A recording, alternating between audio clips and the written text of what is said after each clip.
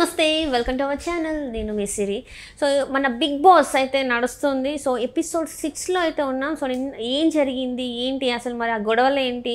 నిన్నైతే 2 టాస్క్లు అయితే ఇచ్చారు. అందులో ఎవరు విన్ అయ్యారు, ఆ విన్ అయిన తర్వాత అక్కడ జరిగిన కొన్ని సిచ్యువేషన్స్ దాని గురించి మాట్లాడడానికి ఇప్పుడైతే మనతో పాటు ఉన్నారు ప్రముఖ సినీ క్రిటిక్ దాసరి విజ్ఞాన్ గారు. నమస్కారం అండి. నమస్తే. నిన్న చూసాం మనం బిగ్ బాస్.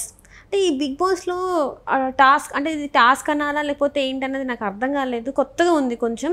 సో ఇందులో అయితే ఫస్ట్ చూస్తే నైనిక, తర్వాత యష్మి గెలవడం, తర్వాత ఎగ్ ఆమ్లెట్ కోసం ఆ గొడవ, ఇదంతా అసలు ఎలా చూడాలంటారు? ఫస్ట్ ఈ రింగుల నుంచి వద్దాం. రింగ్ టాస్క్లో యాక్చువల్గా బిగ్ బాస్ ఎప్పుడైనా సరే టాస్క్ ఇస్తాడు, ఎలా ఆడాలో నియమ నిబంధనలు చెప్తాడు. ఆ తర్వాత దాన్ని ఇంకా ఆడించాల్సింది సంచాలక్. అవును, వాడికి ఏమైనా రూల్స్ ఉంటే వాడు ముందే చెప్పుకోవాలి. ఇప్పుడు ఇక్కడ జరిగింది ఏంటి, బిగ్ బాస్ ఏం చెప్పాడు, ఈ రింగుని బాడీలు మార్చి శరీరాలు మార్చి అటు తగలేయండి అన్నాడు. వీళ్ళేమో తల తీసుకొచ్చారు. అక్కడ తల నుంచి తోక వరకు ఆడుకుంటూ శేఖర్ భాష అయితే కాలుతో వేసాడు. ఇక్కడ లాస్ట్ నుండి నబీల్ అండ్ డైరెక్ట్ తలతో అటు పడేసాడు. ఇప్పుడు ఓవరాల్గా కార్యక్రమం అయిపోయింది. బిగ్ బాస్ని అడిగాడు ఎవరు విన్నరు అని. వీళ్ళ కొట్లాట, మీరు ఇలా తీశారు కదా వీళ్ళు అని ఆయన పాపం యష్మి గౌడనే విన్ చేద్దాం అనుకున్నాడు ఒరిజినల్గా చెప్పాలంటే. కాకపోతే ఇక్కడ విషయం ఏంటంటే వీళ్ళు డిఫెండ్ చేసుకున్నారు గట్టిగా, బిగ్ బాస్ చెప్పాడా నీకు తల నుంచి కాళ్ళ వరకు అని. తలైనా శరీరమే, ఇదైనా శరీరమే, నా జుట్టైనా నా శరీరమే అంటే మా ఇష్టం, ఆయన ఇది మా స్ట్రాటజీ, తొందరగా చేసింది మేము, మాకు ఇవ్వు. ఆ గొడవలో ఏం తేల్చాలో అర్థం కాక వీళ్ళకి ఇచ్చాడు. కానీ కరెక్ట్గానే చేశాడు వీళ్ళకి ఇచ్చి. ఎందుకు చెప్పనా, నువ్వు వాళ్ళకి ఇవ్వాలి అనుకుంటే నిజంగా గెలిచింది వాళ్ళే. యాక్చువల్గా చెప్పాలంటే నువ్వు ముందే రూల్ పెట్టాలి. స్టార్టింగ్ ఆడిన తర్వాత ఆలోచిస్తావా ఫుల్ బాడీయా, హాఫ్ బాడీయా, తల తోక మొండమే అని? అలా కాదు కదా, ముందే నాకంటూ ఒక రూల్ ఉంది. మీరు చెయ్యి నుంచి పూర్తిగా ఒకరు బాడీ రింగులో మునిగిన తర్వాత నెక్స్ట్ పర్సన్కి ఇవ్వాలి, నెక్స్ట్ పర్సన్ శరీరం అంతా మునిగిన తర్వాత థర్డ్ పర్సన్కి ఇవ్వాలి అని నువ్వు ముందే చెబితే వాళ్ళు అలా ఆడేవాళ్ళు. నువ్వు అలా చెప్పాలా, పాపం వాళ్ళకేమో అలా అర్థమైంది నీట్గా చేద్దాము అని. వీళ్ళేమో గబగబ చేసేసారు. ఆ రింగు మనం మొహం మీద పడ్డమే ఆలస్యం, టపక్కున తీసి పక్కడికి వేసేసారు. ఆ విధంగా చేశారు. సరే, ఇక్కడ సంచాలక్ది మిస్టేక్ యాక్చువల్గా చెప్పాలంటే. లేదు, ఒరిజినల్ గెలిచింది వాళ్ళే. నెక్స్ట్ మళ్ళీ ఇటుకల టాస్క్ విషయానికి వస్తే అది వీళ్ళు పెడితేనే ఊగుతా ఉంది. ఒకనొక టైంలో స్ట్రాటజీ అని చెప్పేసి వాడు తన్నాడు అబ్బాయి, వాట్ ఈస్ దిస్ అని చెప్పేసి ఆయన అనేసోపు తర్వాత వీళ్ళకి తనుకుంటున్నారు. నువ్వు ఇలా ఒకరినొకరు తనుకుంటానే ఉంటే ఇంకెప్పుడు గెలుస్తారు? 3 రోజులైనా 10 రోజులైనా ఒడవదు. సో సంచాలక్ ఏం చేశాడు, ఆపండి ఇక చాలు తన్నుకుడు కార్యక్రమాలు, ఇక నుంచి స్టార్ట్ అన్నాడు. ఆయన అన్నప్పటి నుంచి వీళ్ళ ఎక్కువ ఇటుకలు ఉన్నాయి, వీళ్ళే తక్కువ ఉన్నాయి. దానికి మళ్ళీ అదొక రాదంతా గొడవ. ముందు మేము పెట్టుకున్నాము, వాళ్ళు వచ్చి తన్నారు. బట్ వీళ్ళే పాపం ఫస్ట్ నుంచి పెట్టుకుంటూ వచ్చారు. అంటే ఒక సందర్భంలో 4 ఇటుకలు ఉన్నాక కూడా ఒకసారి పడ్డ సందర్భం మనం చూసాం. వీళ్ళే 1-2 కూడా సరిగ్గా ఉండట్లా. సరే, ఏదేమైనప్పటికీ ఈవిడ గెలిచిన తర్వాత మీ ముగ్గుట్లో నువ్వు ఎక్కువ సభ్యులు కలిసి ఉన్నావు కాబట్టి నీ క్లాము, నీకు ఒక ఇది ఇస్తున్నాను, ఎవరు పని చేయాలో చెప్పు అన్నారు. జస్ట్ ఒక కుకింగ్ మాత్రం వీళ్ళకి ఇచ్చింది, ఎందుకంటే అక్కడ బేబక్కు ఉంది కాబట్టి. మిగతావన్నీ నువ్వు వంటలు దోము, కిచెన్ దోము, అది తాడు ఇది గడు మాత్రం A to Z పనులన్నీ వీళ్ళకి అప్పచెప్పేసి పెట్టేసింది. వీళ్ళు కూడా కాసేపు డిస్కస్ చేసుకుని నైనిక ఒక పాయింట్ అనేది, అసలు మనకు సిగ్గుండాలా ఫస్ట్, మనం వాళ్ళని అన్నదికే వాళ్ళు మనం టిట్ ఫర్ టాట్ చేశారు గుర్తుందా? నైనిక పాయింట్ రేస్ చేస్తే ఫస్ట్ విష్ణుప్రియకి అర్థం కాలే ఏంది ఇలా అంటుందని, తర్వాత అడ్జస్ట్ అయిపోయింది. సరే, ఆ తర్వాత ఏదో రకంగా ఈ ఎపిసోడ్ అయిపోయింది అనుకుంటే మధ్యలో చిన్నవి కొన్ని ఉన్నాయి. నాగమణికంఠ దగ్గరికి వద్దాం. ఆయన ఏదో కాఫీకి సంబంధించినటువంటి ఒక అత్తరు తెచ్చారు. ఆ అత్తరు తెచ్చుకొని దాన్ని ముక్కు మూతి అన్నింటినీ పూసుకుంటా ఉంటే బేబక్క కంట పడింది. కాఫీ అని బేబక్క వస్తే, కాఫీ కాదమ్మా ఇది ఒక కాఫీకి సంబంధించిన అత్తరు, మా ఆవిడకి ఎంత ఇష్టమో ఇదంటే, మా ఆవిడకి నేనున్నా పర్లేదు కానీ కాఫీ ఉంటే చాలు, అందుకని ఈ కాఫీ అత్తరు నేను విదేశాల నుంచి ఎక్కడి నుంచి వచ్చినా కూడా ఒళ్ళంత ఇది పూసుకొని వెళ్ళి కౌగిలించుకునేవాడిని, నేను ఏదో పెద్ద కాఫీనే కౌగిలించుకున్నట్టు మా ఆవిడ ఫీల్ అయ్యేది, నాకు అది చాలా సంతోషంగా ఉండేది అని చెప్పేసి చెప్పాడు. సరే అయ్యా నీలో రొమాంటిక్ యాంగిల్ భలే ఉంది అని చెప్పి ఆవిడ కూడా ప్రశంసించి పోయింది. ఈయన ఏంటంటే మిస్ యూ నాన్న, కన్నా, బుజ్జి, తల్లి అని చెప్పేసి అన్నాడు. నిన్నగాక మొన్నేమో నన్ను తరిమేసింది అన్నాడు. అవునా, అంతకుముందేమో కట్టా పేర్చి అన్నాడు. ఫోటోలు బయటపడితేనేమో అందరూ ఉన్నారు అక్కడ వాళ్ళ అమ్మ చనిపోయినప్పుడు. యాక్చువల్గా ఏం చేశాడో తెలుసా, ఇతని ఎమోషన్ని నమ్మకండి, అంటే సమయం వచ్చినప్పుడల్లా నేను చెప్పుకుంటున్నా. ఎమోషనల్ డ్రామా ఇది. వాళ్ళ చెల్లి చెప్పింది అసలు జరిగిన కథ అంతా. ఈయనకు ఒక ఏజ్ వచ్చిన తర్వాత ఈయన సెకండ్ ఫాదర్ అని తెలిసింది. తెలిసిన తర్వాత ఏం చేశాడు, వాళ్ళని అసహించుకోవడం మొదలుపెట్టాడు. ఎందుకు మొదలుపెట్టాడు అది ఆయన పర్సనల్గా, ఆయన ఇష్టం, మరి ఎవరికి ఏమనిపించిందో. అలానే వీళ్ళు ఏమైనా ఆయన రోజు జుట్టుబట్టి అటు ఇటు కొట్టేవాళ్ళంటే అది కూడా కాదు. చెల్లిని ఎలా చూసేవాళ్ళు, ఈయన ఎలా చూసేవారు, బాగానే చూసుకున్నారు వాళ్ళైతే. ఈయన అలా చేసేవాడు.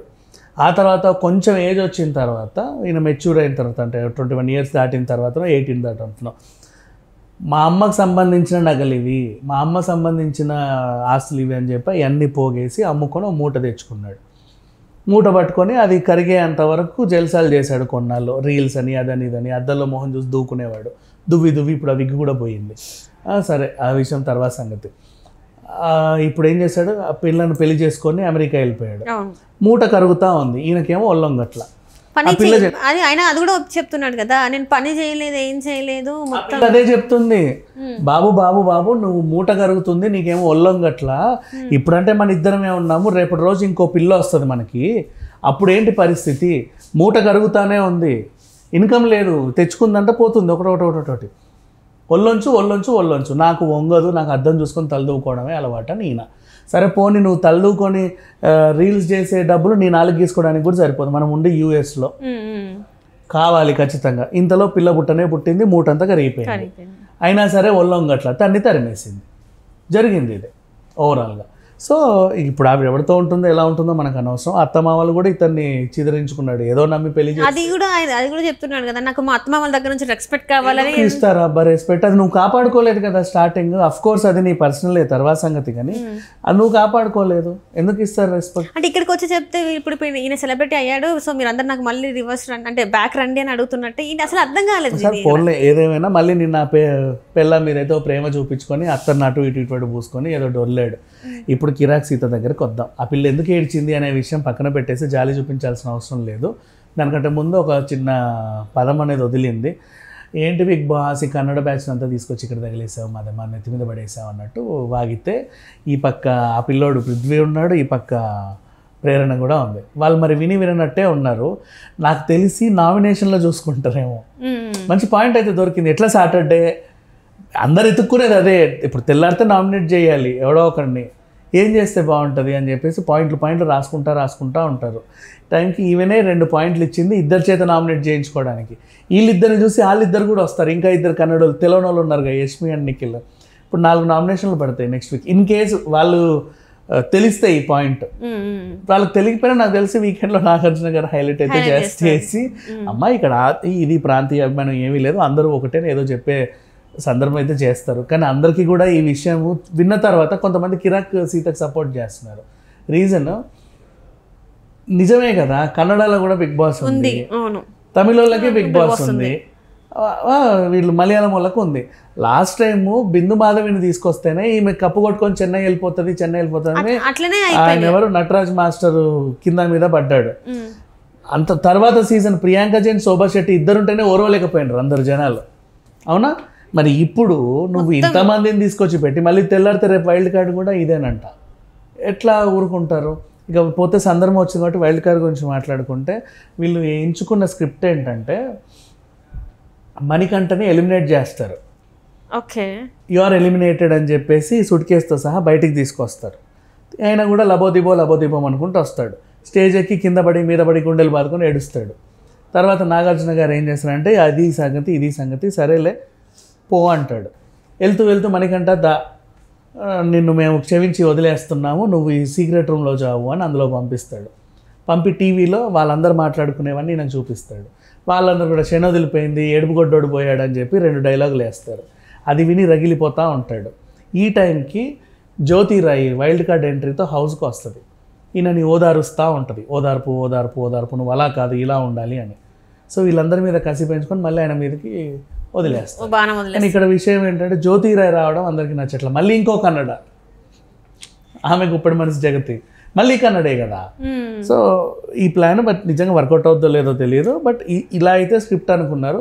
మరి ఈ రోజు ఏమైతే నాకు చిన్న డౌట్, అసలు మన తెలుగు ఇండస్ట్రీలో తెలుగు వాళ్ళు అసలు లేరు అంటారా? 2 రాష్ట్రాలు ఉన్నాయి కదమ్మా, ఇక్కడ సగం అక్కడ సగం తెచ్చిన. తెలుగు అంటే ఆంధ్రప్రదేశ్ ఉంది, తెలంగాణ ఉంది. అసలు మన దాంట్లో ఆర్టిస్ట్లే లేరా అసలు? అప్పుడు ఆ యానీ మాస్టర్ని తీసుకొస్తేనే ఆ మణిపూర్ ఆమెను ఎందుకు తెచ్చారు, త్రిపుర ఆమెను ఎందుకు తెచ్చారు, ఇక్కడ లేరా అంటున్నారు. బాబా భాస్కర్ వచ్చినప్పుడు కూడా అలాగే అన్నారు. ముమైత్ ఖాన్ వచ్చినప్పుడు కూడా అన్నారు. కానీ తర్వాత వాళ్ళకి ముమైత్ ఖాన్ ఎక్కడి నుంచి వచ్చినా ఇక్కడే కదరా సినిమాలు చేసిన కన్విన్స్ చేశారు. సో కొంతమందికి పెదవిరుపు ఉంది. మోనాల్ గజ్జర్ని అయితే అసలు ఎవరు రిసీవ్ చేసుకోవాలి, బిగ్ బాస్ దత్తపుత్రిక అన్నారు అంతే కదా, ఆమెను ఎవరు రిసీవ్ చేసుకోవాలా. సో ఇట్లా సాగింది బిగ్ బాస్ అంతా మొత్తం. అంటే ఎంతవరకు అంటే తెలుగు బిగ్ బాస్లో ఒక చూసే ఆడియన్సే తెలుగు వాళ్ళు, మిగతా వాళ్ళ కంటెస్టెంట్స్ అందరు కూడా పక్క రాష్ట్రం నుంచి వచ్చిన వాళ్ళే. కానీ ఇదే ఆదరణ మన అంటే వేరే రాష్ట్రానికి వెళ్తే ఈ ఆదరణ అక్కడ మనకు దొరుకుతుంది అంటే దొరకదు. అండ్ నెక్స్ట్ మళ్ళీ నువ్వు తెచ్చిందే ఎక్కడెక్కడి నుంచో తెచ్చాడ పెట్టావు, ఎక్కడెక్కడ సంతనంతా తీసుకొచ్చి నీ కొంపలో పెట్టుకున్నావు.